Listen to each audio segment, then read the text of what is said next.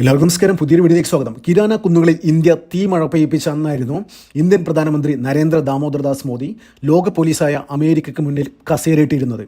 സുന്നത്ത് കഴിഞ്ഞ ചെക്കൻ വരെ ആണവായുധം ഉണ്ടെന്നും പറഞ്ഞ് ആളുകളെ വിരട്ടി നടക്കുമ്പോൾ അവൻ്റെ ആണവ ഭരണിക്ക് തന്നെ തീയിടണമെങ്കിൽ അത് അറിഞ്ഞുകൊണ്ടുള്ള കളിയാണ്. അത് കൊള്ളുന്നത് പാകിസ്ഥാനാവില്ല, അതിൻ്റെ യഥാർത്ഥ മുതലാളിയുടെ നെഞ്ചത്താകും. അവനിപ്പം നിലവിളിച്ചുകൊണ്ട് വരുമെന്നും ഇന്ത്യക്ക് നന്നായിട്ട് അറിയാമായിരുന്നു. ഇന്ത്യ അങ്ങനെ ഒരു കോൺഫിഡൻസ് ലെവൽ എത്തണമെങ്കിൽ അതേസമയം പാകിസ്ഥാനെ കൈയച്ച് സഹായിക്കുമെന്ന് കരുതിയ ചൈന മിതത്വം പാലിച്ചതും റഷ്യയുടെ മൗനസമ്മതവും ഇസ്രയേൽ അമേരിക്കൻ നിലപാട് നോക്കാതെ ഇന്ത്യയെ സപ്പോർട്ട് ചെയ്തതും ബ്രിക്സ് രാജ്യങ്ങൾ ഞാനൊന്നും അറിഞ്ഞില്ല രാംനാരായണ എന്ന് മട്ടുപിടിച്ചതും യൂറോപ്യൻ യൂണിയൻ മോദിയെ പിണക്കാതിരിക്കാൻ ശ്രദ്ധിച്ചതും അമേരിക്കയുടെ പതിവ് അടവ് നയങ്ങൾ പാളി പോയ നിമിഷങ്ങളാണ്. തിരിച്ചടിക്കണമെങ്കിൽ അമേരിക്കയുടെയോ ചൈനയുടെയോ വിമാനങ്ങൾ പറന്നു പൊങ്ങണം. അത് പറക്കും മുന്നേ വന്ന ഡ്രോണുകളും ഡമ്മികളും ഇന്ത്യൻ അതിർത്തി കടക്കും മുമ്പേ ചാമ്പലാക്കി.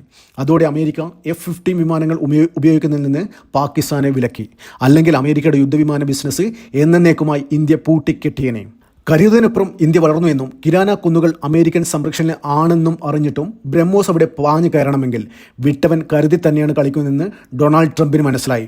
വർഷങ്ങളായുള്ള അമേരിക്കയുടെ പാക് സ്നേഹവും അതുവഴി പലവിധ ഊക്കുകളും ഇന്ത്യ വാങ്ങിയതും ഇത്തവണ ചോദ്യം ചെയ്യപ്പെട്ടു എന്നല്ല, പാക് സൈനിക മേധാവിക്ക് വിരുന്നൊരുക്കി താനാണ് യുദ്ധം നിർത്തിപ്പിച്ചത് എന്ന് അമേരിക്കൻ ഇന്ത്യക്കാർ എടുത്ത് ട്രോളിക്കൊന്നപ്പോൾ അതിനെ അമേരിക്കൻ ജനതയും വിശ്വസിച്ചില്ല. മൈ ഫ്രണ്ട് ആണെങ്കിൽ ഏറ്റുപിടിച്ചതുമില്ല. ഇന്ത്യൻ നിലപാടറിയുന്ന ലോകരാജ്യങ്ങളുടെ ഇടയിൽ ട്രംപ് ഒരു കോമാളിയായി മാറി. പിന്നെ ചൈനയുടെ നേരെ ഇത് സ്വന്തം കുണ്ടിക്ക് തന്നെ കൊണ്ട തിരുവാസ്ത്രം ഇന്ത്യക്ക് നേരെ പ്രയോഗിച്ചു. റഷ്യൻ എണ്ണ വാങ്ങിക്കുന്നതിനുള്ള പിണക്കം മാത്രമല്ല, പാകിസ്ഥാനിൽ നിന്നും എണ്ണ വാങ്ങിപ്പിക്കുന്ന അവസ്ഥയിലെത്തിക്കുമെന്ന് വരെ വെല്ലുവിളിച്ചു. എന്നിട്ടും മൈ ഫ്രണ്ട് മൈൻഡ് ചെയ്തില്ല. ചുങ്കം കൂട്ടി ഉത്തരവിറക്കിയിട്ടും മൈൻഡ് ചെയ്തില്ല. വീണ്ടും കൂട്ടിയിട്ടും മൈ ഫ്രണ്ട് ചീത്ത വിളിച്ചില്ല. പകരം സ്വന്തം വിശ്വസനെ ട്രംപിൻ്റെ പരമ്പരാഗത ശത്രുവായ റഷ്യയിലേക്ക് വിട്ടു. ഫ്രണ്ട് ആണെങ്കിൽ അമേരിക്കയുടെയും ഇന്ത്യയുടെയും പൊതു ശത്രുവായ ചൈനക്കും പോകാൻ തീരുമാനിച്ചു.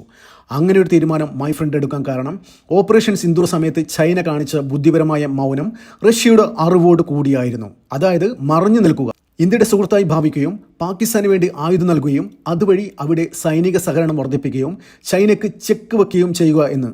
പിന്നെ ഇന്ത്യ ചൈന വിരോധം വർദ്ധിപ്പിച്ച് മേഖലയിൽ സൈനികപരമായി ഇടപെടാനുള്ള അവസരം ഉണ്ടാക്കുകയും ചെയ്യുക എന്ന അമേരിക്കയുടെയും ട്രംപിൻ്റെ തന്ത്രം ബ്രിക്സ് രാജ്യങ്ങളുടെ കൂട്ടായ്മ കൊണ്ട് മോദി പൊളിച്ചു.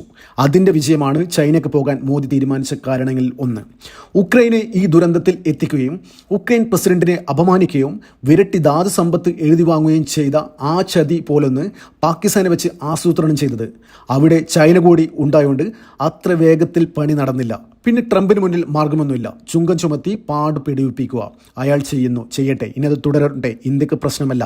ഈ ചുങ്കവർദ്ധനവ് ഇന്ത്യയെ ബാധിക്കാതിരിക്കില്ല, പക്ഷേ സിമ്പിളായി തിരിച്ചു പിടിക്കും. 10-60 ദിവസം രാജ്യം മൊത്തം അടച്ചിട്ട് GDP വർദ്ധിപ്പിക്കാൻ അറിയാമെങ്കിൽ ഇതും അതിൻ്റെ വഴിക്ക് തന്നെ നീങ്ങും. ട്രംപ് കാത്തിരുന്നോ, ഇന്ത്യ തിരിച്ചു വരും. ഒരു കാരണവശാലും അവർക്ക് മുന്നിൽ മുട്ടുമടക്കില്ല. ഇത് രാജ്യം ഭരിക്കുന്നത് നരേന്ദ്ര ദാമോദർദാസ് മോദിയാണ്, ഓർത്തോ. പക്ഷെ ഒന്ന് ഓർക്കുക, ഇന്ത്യ ലോകത്തിലേക്ക് ഏറ്റവും കൂടുതൽ കയറ്റുമതി ചെയ്യുന്നത് തലച്ചോറാണ്. ഇന്ത്യൻ തലച്ചോർ. ചുങ്കങ്ങൾ ഒന്നും ചോദിക്കാതെ പണയപ്പെടുത്തിയ പല തലച്ചോറുകളും ഇന്ത്യ വിരുദ്ധതയിൽ ഒരുമിച്ചാൽ പുതിയ ലോകം നിയന്ത്രിക്കാൻ നമ്മൾ ഇന്ത്യയും ഉണ്ടാകും. അതാണ് മോദിയുടെയും രാജ്യത്തിൻ്റെയും നമ്മുടെയും കോൺഫിഡൻസ്. നിങ്ങളെന്തായാലും കാണിക്ക് ട്രംപ് അണ്ണ. നമ്മളെ കണ്ടു തൊഴാമെന്ന കൊളംബസ് വരുന്ന വഴിയിൽ കോണകം പോലുമില്ലാതെ തേരാപ്പര നടന്ന ടീംസല്ലേ താങ്കൾ. ശരിക്കും അമേരിക്ക ഭയപ്പെടുന്നത്, ശരിക്കും ട്രംപ് ഇപ്പോൾ കളിക്കുന്നതെന്ന് വെച്ച് കഴിഞ്ഞാൽ നരേന്ദ്രമോദി ട്രംപിനെ ലോകരാജ്യങ്ങൾക്ക് മുന്നിൽ ഒരു കോമാളിയാക്കി മാറ്റി. അതിന് പ്രധാനപ്പെട്ട കാരണം എന്താണെന്ന് വെച്ചാൽ ഈ കിരാന കുന്നുകളിൽ ഇന്ത്യ ബ്രഹ്മോസ് നിക്ഷേപിച്ചില്ലേ. ഈ ബ്രഹ്മോസ് നിക്ഷേപിക്കുമ്പോൾ ശരിക്കും ആ കിരാന കുന്നുകളുടെ അവിടെയെല്ലാം സംരക്ഷണ ചുമതല അമേരിക്കയായിരുന്നു നോക്കിക്കൊണ്ടിരിക്കുന്നത്. ശരിക്കും അവിടെ ഇപ്പോൾ പുറത്തു വരുന്ന റിപ്പോർട്ട് പ്രകാരം ഈ കിരാന കുന്നുകളിൽ ആണവോർജ്ജം സൂക്ഷിച്ച് ശരിക്കും പാകിസ്ഥാൻ അല്ല, ശരിക്കും പാകിസ്ഥാൻ്റെ ആണവോർജ്ജം ശരിക്കും അമേരിക്കയ്ക്ക് വേണ്ടിയിട്ട്, അതായത് ഒരു ബിനാമി എന്ന രീതിയിൽ ആണ് അവിടെ കിരാന കുന്നുകളിൽ സൂക്ഷിച്ചത്. ഇത് ശരിക്കും ഇന്ത്യക്ക് നേരത്തെ അറിയാമായിരുന്നു. ഇത്ര കാര്യങ്ങളും അറിഞ്ഞിട്ടും ബ്രഹ്മോസ് അവിടെ എന്തുകൊണ്ടിട്ട്, അതാണ് ട്രംപിനെ ചൊടിപ്പിച്ച കാര്യം. അതായത് മൈ ഫ്രണ്ടിനെ അവിടെ അറിയാം, പക്ഷേ ഇന്ത്യക്കും അറിയാം അത് അമേരിക്കയാണ് അവിടെ എല്ലാ പ്രൊട്ടക്ഷനും കാര്യങ്ങളൊക്കെ നടത്തുന്നത്. അമേരിക്കയുടെ ആണവോർജ്ജമാണ് അവിടെ സൂക്ഷിച്ചിരിക്കുന്നതും ഇന്ത്യക്ക് നന്നായിട്ട് അറിയാം. എന്നിട്ടും നരേന്ദ്രമോദി കയറി അടിക്കണമെങ്കിൽ ഇന്ത്യക്ക് വലിയ കോൺഫിഡൻസ് സംഭവിച്ചിട്ടുണ്ട്. അതായത് അമേരിക്കനെ വിചാരിച്ചു കഴിഞ്ഞാൽ ഇന്ത്യയെ തടയാൻ പറ്റില്ല. ഇന്ത്യ ആ ലെവലിലേക്കാണ് കാര്യങ്ങൾ നീക്കിക്കൊണ്ടുപോകുന്നത്. അപ്പോൾ ഇന്ത്യക്ക് അറിയാമായിരുന്നു. അതായത് ഞാൻ നേരത്തെ പറഞ്ഞ മാതിരി ഈ ഓപ്പറേഷൻ സിന്ദൂറിൻ്റെ സമയത്ത് ചൈന ഒരു സ്ട്രാറ്റജിക്കൽ മൗനം പാലിച്ചതും, അതായത് പാകിസ്ഥാൻ അധികമാണ് ആയുധങ്ങളൊന്നും കൊടുത്തിട്ടില്ല. നമ്മൾ ശ്രദ്ധിച്ചായിരുന്നു. അപ്പോൾ അവിടുത്തെ പാകിസ്ഥാൻ്റെ എയർ ഡിഫൻസ് സിസ്റ്റം ചൈന കൊടുത്തതാണ്. അത് അമ്പയെ പരാജയമായിരുന്നു. എന്തുകൊണ്ട് നല്ലൊരു എയർ ഡിഫൻസ് സിസ്റ്റം പോലും പാകിസ്ഥാന് കൊടുത്തില്ല? ചൈനക്ക് അറിയാമായിരുന്നു. അതായത് അമേരിക്കയാണ് അവിടെ ആണവോർജ്ജം സൂക്ഷിച്ചിരിക്കുന്നത്. എന്താ പറയുക, ഇന്ത്യ അങ്ങോട്ട് കയറി അറ്റാക്ക് ചെയ്യണമെങ്കിൽ ഇവിടെയൊക്കെ കിരാന കുന്നുകളിലൊക്കെ കയറി അടിക്കുന്നത് ഇന്ത്യക്ക് നന്നായിട്ട് അറിയാമായിരുന്നു. അപ്പോൾ ഇതൊക്കെ ചൈന നേരത്തെ മുൻകൂട്ടി കണ്ടിട്ട് ഒരു തന്ത്രപരം, ഒരു സ്ട്രാറ്റജിക്കൽ ഒരു സൈലൻസ് ചൈന പാലിച്ചു.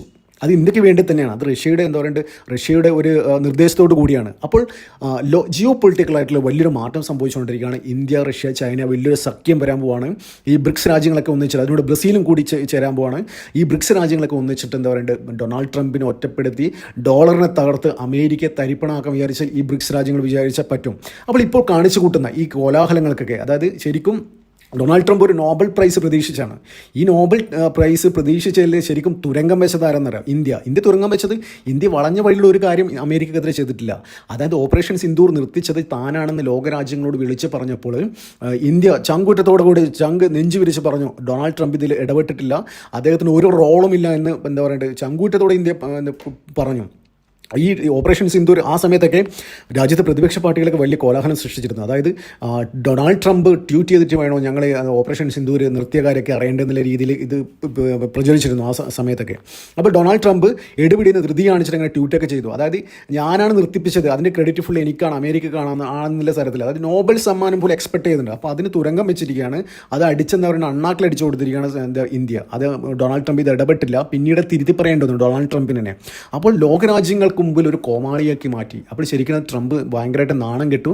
ഇനി നോബൽ സമ്മാനം ഇതിൻ്റെ പേരിൽ എന്താ പറയുക, ഇത്തരത്തിലുള്ള കോമാളിക്കൊന്ന് നോബൽ സമ്മാനം കിട്ടുമെന്ന് കണ്ടറിയേണ്ടിയിരിക്കുന്നു എന്തായാലും. അപ്പോൾ എന്ത് തന്നെയാലും ഈ കിരാന ഹിൽസിൽ ആണവോർജ്ജം സൂക്ഷിച്ചത് പാകിസ്ഥാനല്ല, അമേരിക്കയാണ്. അപ്പോൾ അവിടെ അത് അറിഞ്ഞിട്ടും അവിടുത്തെ അമേരിക്കൻ പ്രൊട്ടക്ഷൻ ഉണ്ടായിട്ട് പോലും ഇന്ത്യ അങ്ങ് ബ്രഹ്മോസ് ഇട്ട് ചാമ്പലാക്കി കളഞ്ഞു. അപ്പോൾ അതിൻ്റെ പേരിൽ തന്നെയാണ് അമേരിക്ക ആകെ വിറള വിളിച്ചിരിക്കുകയാണ്. അതേസമയം തന്നെ അമേരിക്ക ഒരുപാട് ആയുധങ്ങൾ പാകിസ്ഥാൻ കൊടുത്തിരുന്നു. ആ ആയുധങ്ങളൊന്നും ഇന്ത്യൻ മണ്ണിൽ ടച്ച് ചെയ്തില്ല.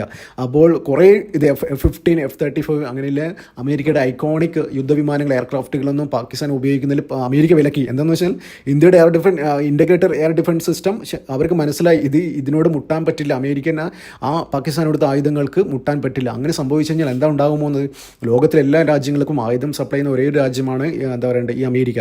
ഈ അമേരിക്കയുടെ ആയുധ കച്ചവടം തന്നെ എന്നേക്കുമായി പൂട്ടിപ്പോകും എന്ന കാര്യം, ആയുധ കച്ചവടം എന്നേക്കുമായിട്ട് പൂട്ടിപ്പോകുമായിരുന്നു. അപ്പോൾ ഇപ്പോൾ എന്തൊക്കെ കണ്ണുപിടിയിട്ടിട്ട് ഇപ്പം തന്നെ ആൾക്കാർക്ക് മനസ്സിലായി, പല രാജ്യങ്ങൾക്കും മനസ്സിലായി ഇന്ത്യയുടെ പവർ എന്താണെന്ന്. പല രാജ്യങ്ങൾക്കും മനസ്സിലായി. അതായത് അമേരിക്കൻ കുറേ F-35, F-15 തകർത്തു എന്നുള്ള വാർത്തകളൊക്കെ ആ ഓപ്പറേഷൻ സിന്ദൂര സമയത്തൊക്കെ പലതവണ പുറത്തു വന്നിട്ടുണ്ടായിരുന്നു. അപ്പോൾ എന്ത് തന്നെയായാലും ഇന്ത്യ വേറെ ലെവലിലേക്ക് കുതിച്ചുകൊണ്ടിരിക്കുകയാണ്. ഇപ്പോൾ അമേരിക്കന് 100, 200, 500% ടാക്സ് ഏർപ്പെടുത്തി കഴിഞ്ഞാലും ചുങ്കം ചുമത്തി കഴിഞ്ഞാലും ഇന്ത്യക്ക് ഒരു വിഷയമേ അല്ല. അതിനെങ്ങനെ നേരിടണമെന്ന് നന്നായിട്ട് നരേന്ദ്ര ദാമോദർദാസ് മോദിക്കറിയാം.